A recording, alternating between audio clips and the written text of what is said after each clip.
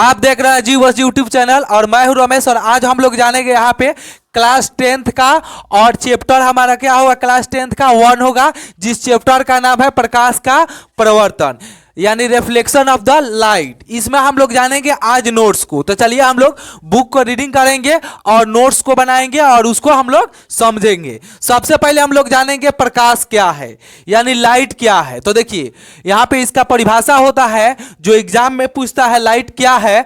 तो लाइट से आप क्या समझते हैं, लाइट किसे कहते हैं, इस प्रकार से प्रश्न पूछता है एग्जाम में। तो चलिए सबसे पहले इसका हम लोग परिभाषा देखते हैं। यहाँ पे लिखा है कि प्रकाश वह कारक है जिसकी सहायता से हम किसी वस्तु को देखते हैं। प्रकाश क्या है, तो प्रकाश वह फैक्टर है जिसके कारण से, जिसके सहायता से हम किसी वस्तु को देखते हैं।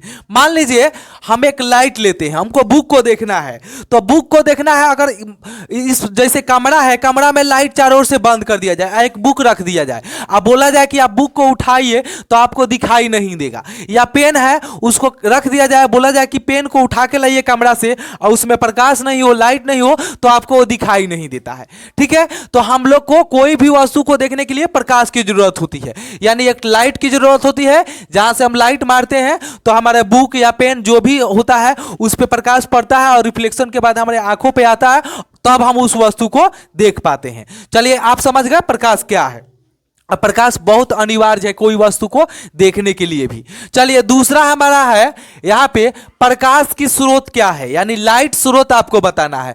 लाइट ऑफ सोर्स यानी लाइट ऑफ सोर्स बताना है। तो देखिए यहाँ पे कहता है जिस वस्तु से प्रकाश निकलता है उसे प्रकाश स्रोत कहा जाता है, यानी जिस वस्तु से प्रकाश निकलता है उसे प्रकाश स्रोत कहा जाता है। जैसे में बिजली का जलता बल्ब या ट्यूब, मोमबत्ती, लालटेन, दिया आदि, ये क्या है, प्रकाश का स्रोत है। यानी आप आम भाषा में जान जाइए कि जिस वस्तु से प्रकाश निकलता है, जैसे मान लीजिए ये मेरा लाइट है, यहां से इससे प्रकाश निकल रहा है, तो यह क्या कहलाएगा, प्रकाश का एक स्रोत कहलाएगा।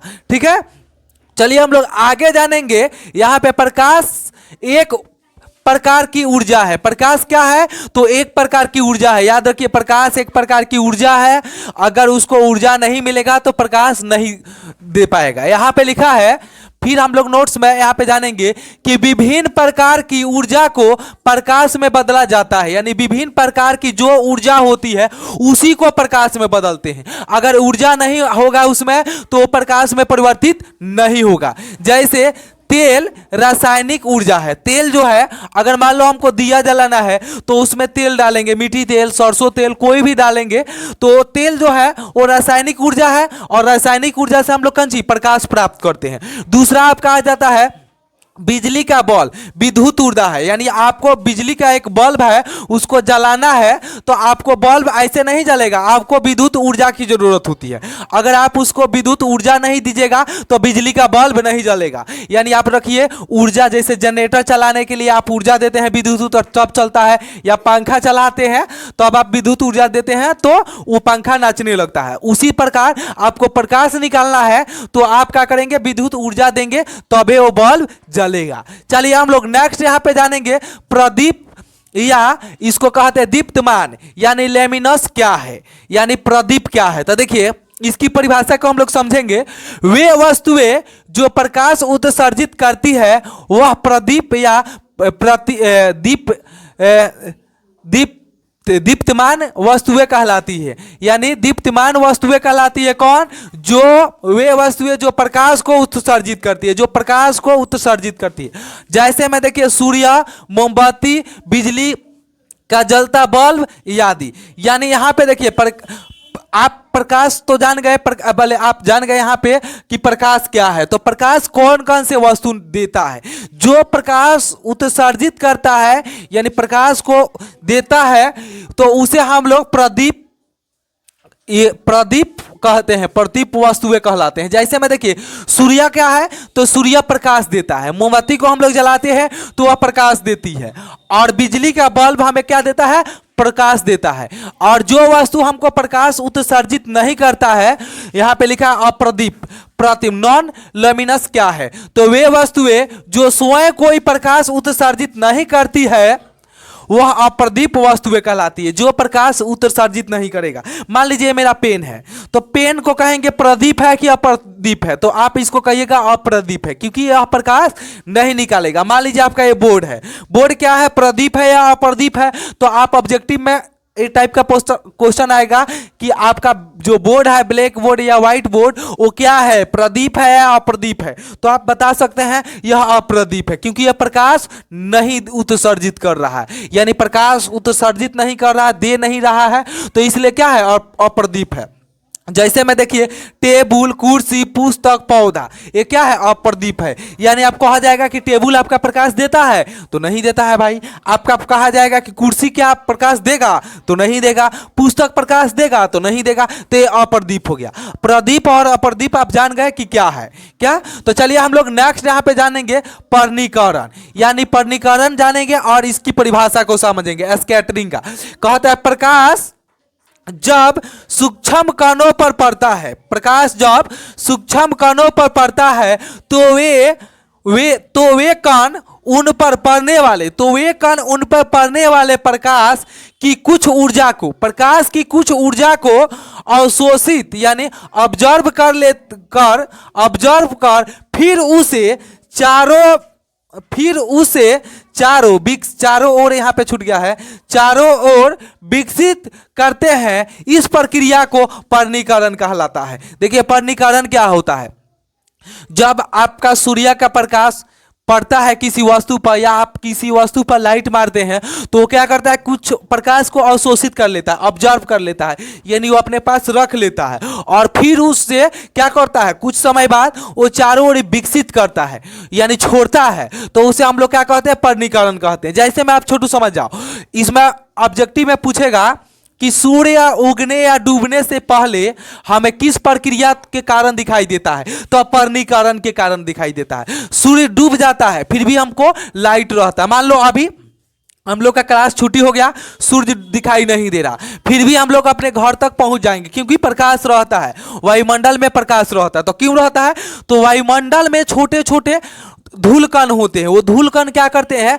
प्रकाश को एब्जॉर्ब कर लेते हैं, यानी अपने आप अंदर में कुछ रख लेते हैं, और सूर्य डूब जाता है फिर भी कुछ समय तक चमकते रहता है, जिसके कारण हम लोग को प्रकाश दिखाई देता है कुछ समय तक। उस क्रिया को हम लोग पर्णीकरण कहते हैं। ठीक है, आप ऐसे भी जानिए, आप लोग के पास एक घड़ी होगा, देखे होंगे कि उस पर प्रकाश ऐसे मारते हैं लोग और हटा देते हैं लोग, तो कुछ समय तक वो घड़िया में लाइट रहता है, यानी वो लाइट रहता है, इसका मतलब उस प्रकाश को ऑब्जर्व कर लेता है, कुछ प्रकाश को अपने पास रख लेता है, और लाइट बंद कर दिया फिर भी वो चमकता है, तो उसी को हम लोग क्या कहते हैं, पर्णीकरण कहते हैं। ऑब्जेक्टिव में पूछेगा।